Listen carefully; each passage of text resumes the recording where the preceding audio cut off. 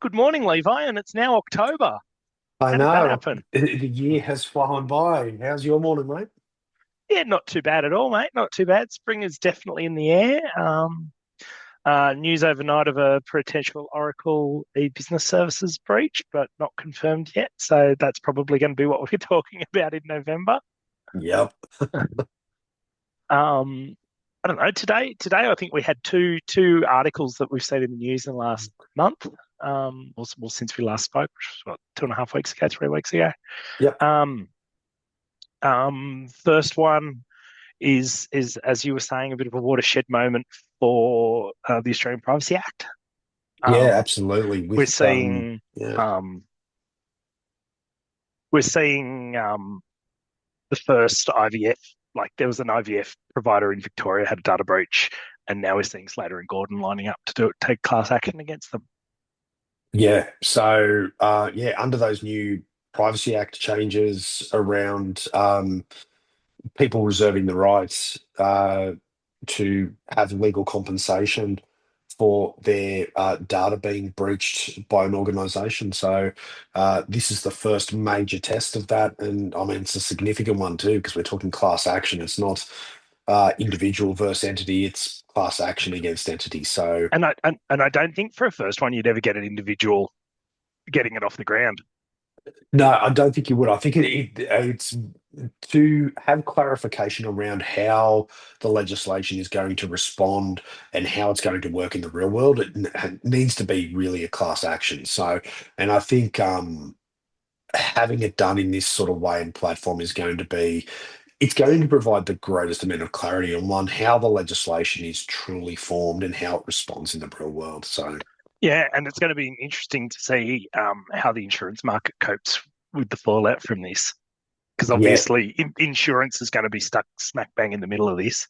yeah, absolutely. That's exactly Would it right. would it still be their cyber policy, or would it be going into management liability, PI, that sort of stuff, or is that to wait and see?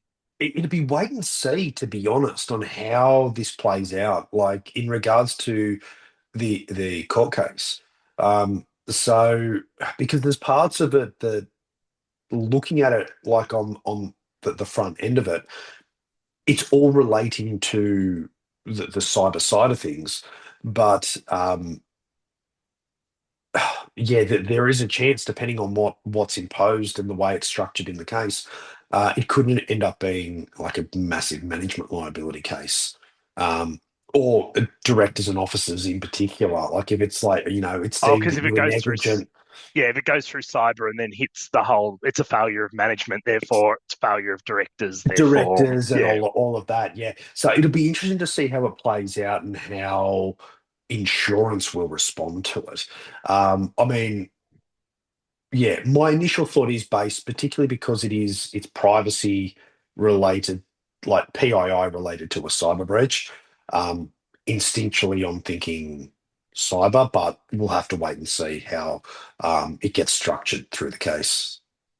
yeah, cool. Oh, well, it's going to be interesting. We'll watch and see. Hopefully, it resolves itself faster than the Medibank. Yeah, the ongoing multi-year, never-ending story. Yeah, Yeah, that was going on when in our first episode between yeah, two techies, and it's still yeah. going now. It's still going. Yeah, there. I think that's still got a long way to go. I think because it's so substantial. I don't foresee that negotiation going quickly. No, I don't either. I think we're going to see a lot of this sort of stuff coming over the next couple of years, though, because certainly from the IT side of the fence, we're still seeing government sort of going, "Oh, I think we should, I think we shouldn't, I think we should, I think we shouldn't." There's still no clear direction for, you know, a lot of people in our industry have been talking about what happened to workers' comp and work cover, back 10, 15 years ago, Yeah, which is the government turned around and went, right, directors are liable. yeah, We're sick of people dying on job sites and getting injured on job sites. So yeah, directors are now personally liable, the end. yeah. And that's fixed it. So it's yeah, and I think that's the thing is being that like both of these things that we're talking about, they're the first. They're going to set the precedent of what's to follow. So it'll be interesting and I think that they're not wanting to do a rush to judgment. I don't think either of these cases will have rush to judgment at all. I think it will be very measured. It'll be very calculated. So what follows is not going to be uh, a free for all chaotic mess. I don't. I think they definitely don't want that. Setting precedents haphazardly gives very terrible results. Oh, and then you spend the next 5 years reversing and readjusting, and Yeah, and then it ends up tying up the courts even more, and things that end up going into the High Court, and yeah, it ends up being chaos, and then then it goes back, and legislation has to be readjusted and redone, and yeah. the cost tally on that is just never ending. So Oh, good fun. And the other thing that we're still seeing is we're still seeing like plenty of the Akira ransomware group going through a lot of people that have a firewall appliance called a Sonic Wall. We talked about it last time, where yeah, they're still on the warpath. Australian still small businesses and not so small businesses are a very juicy target. yeah, yeah. Well, yeah, Australia is a great target for these bad actors, where they look at it going, well. We keep getting paid. Yeah, we keep getting paid. Like the money keeps getting re-implemented back into that piggy bank. Um, Yeah. so yeah, I think it's something that we've got to deal with, but we need to strategize around and start protecting a lot more. And I'm hoping. I feel like the wake up call, um, the third or fourth alarm is starting to go off, and people are starting to wake up a little bit to it and go, this is happening. It's real. It could affect me, and most likely at some point it is going to affect every single person in Australia. Oh, it will. And I mean, at this point, it almost has. Yeah, I would actually be interested, and I don't think the ABS have collated the data or are going to publish it, even if they have. I would actually like to see percentage of Australians that have and haven't been caught up in, like, overlay all the breaches now, yeah. Well, because I reckon we're almost at saturation. We have to be. you'd have to be close, especially like when you add up Optus, Medibank Private, Qantas, Yeah. um, uh, what was the funding one again? I always forget the name of that Oh, one. latitude. Latitude. When you plus all of those together, there is a lot of crossover. And more than likely every single person, every adult in Australia, I think, has been caught up in those ones. It'd be interesting to see the ABS data on that. And I mean, we get the OAIC data and the ACSC data, but it's not.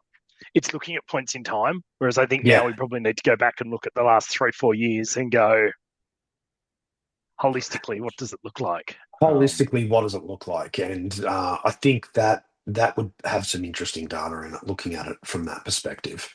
Oh, totally, totally. Mm. Um, like this week, not that it's in Australia, but like Asahi in Japan got done. Like you couldn't order Uh, beer and they couldn't deliver beer for a week. oh, No personal cr- data gone, just no beer delivery. End of the world. oh, I know, criminal, criminal, Yeah, just absolute yeah. criminal. Oh, And it's I think we've basically mentioned, teetotaling.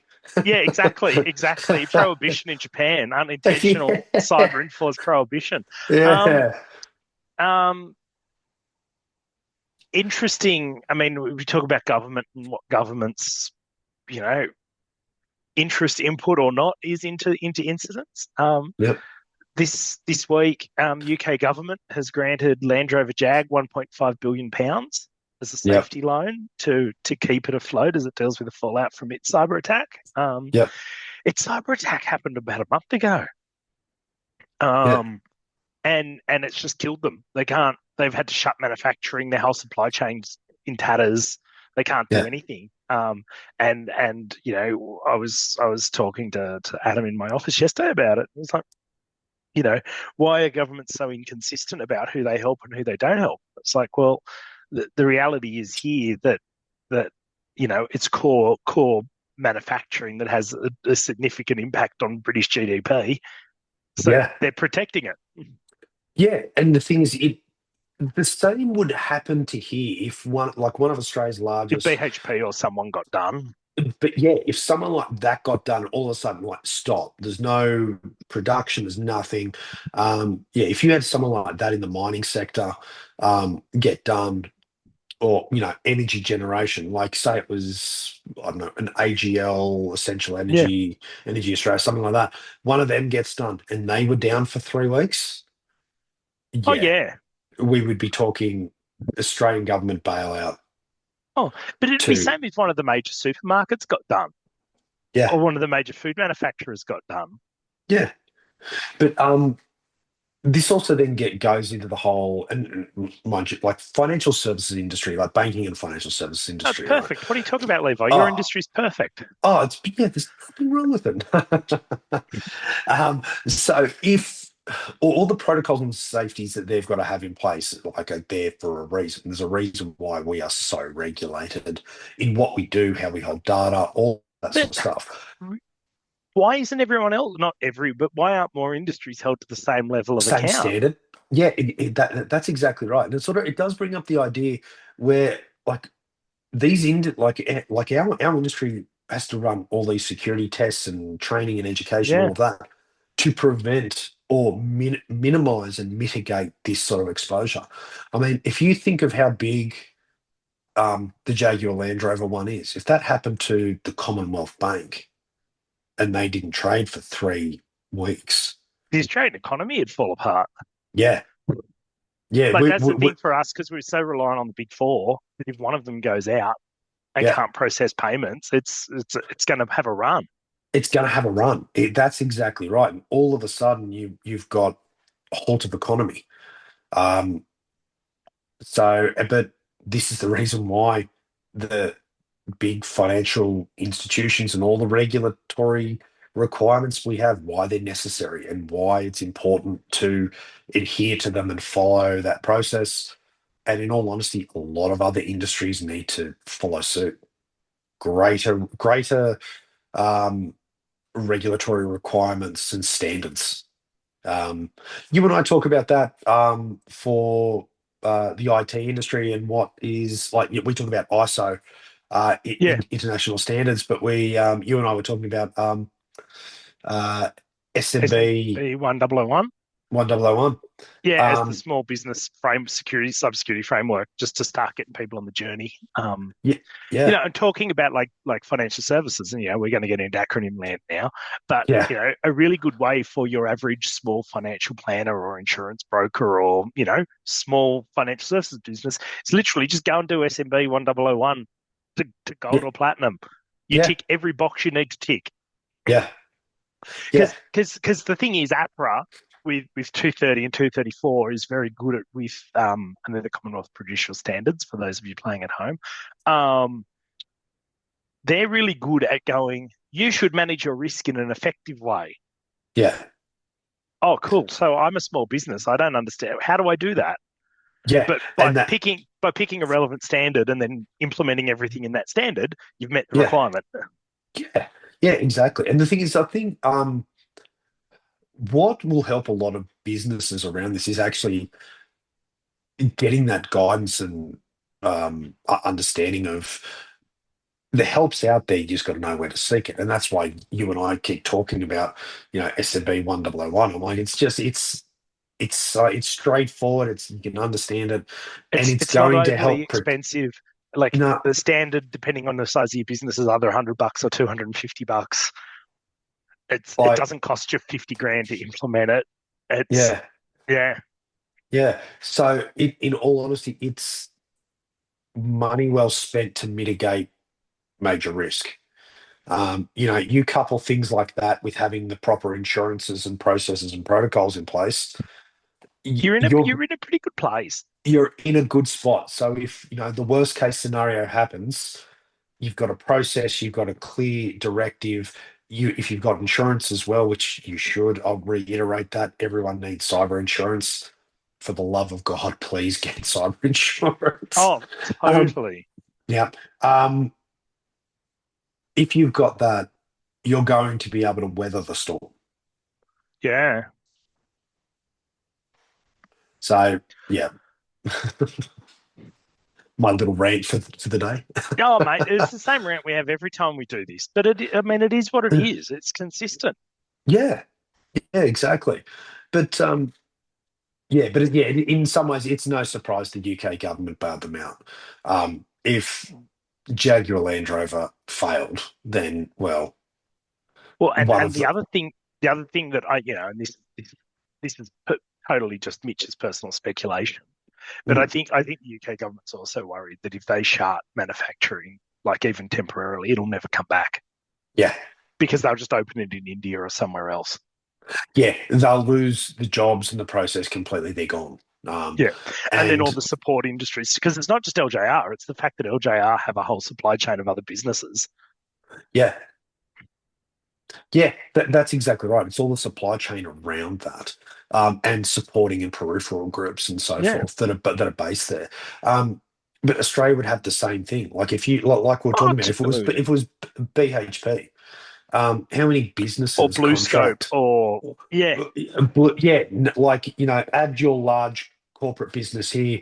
You have that response. You're oh, but it'd be the equivalent, I'm sure, of like, Lend Lease or someone going like one of the big builders or something. It's all that. It's all the same. It's like as soon as the site shuts down, it's over.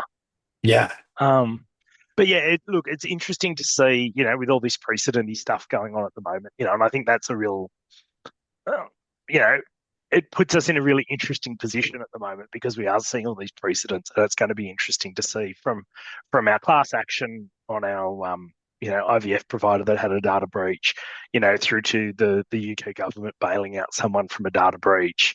It's going to be interesting to see what stuff ends up sticking yeah, and where the industry goes from here. yeah, yeah, 100%. So yeah, exciting. Yeah, Exciting times. Oh, well, have you got anything else? Oh, the other thing we need to spruik is the fact that you and I are going to be talking with our buddy Reese and hopefully maybe Crystal at CyberCon in two yeah, weeks yeah, mate. It's going to be a good down in one. Melbourne. And that's going to be Yeah, exciting. We're going to be presenting again on Hello from the Other Side of a Multi-Party Data Breach. yep. Um, and yeah, looking forward to seeing everyone that's going to CyberCon down there and talking about the realities of what being in the middle of a multi-party data breach is like, and what you need to make sure your MSP is doing or your TSP is doing, and what you need to make sure your insurance broker knows how to do. Like not leave their phone on do not disturb. Lots of lessons to be learned. Lessons to be learned in a multi-party breach. Absolutely. Yeah, exactly. Oh well. Cool. Any final thoughts for the week, mate? Nah, mate. Just honestly, Get cyber everyone insurance. get cyber insurance. Be vigilant. Don't click on random links. Just the usual. Yeah, and if you do click on Stuff. random links, ring your friendly IT people straight away. Yeah, straight away. Don't hesitate. Yeah, Um, yeah, and tell your staff that as well. Don't hesitate. You're better yeah, off. and there's no You know, shame. there's no shame. In all honesty, if they click on something and they tell you straight away, give them a pat on the back and say, Good work. Good work. Glad you told me straight away." Because in all honesty, yeah, fear is the killer. So Yeah. Oh, awesome, mate. Very good. We have a good week, and I'll see you at CyberCon. sounds good. See you then, mate. Bye.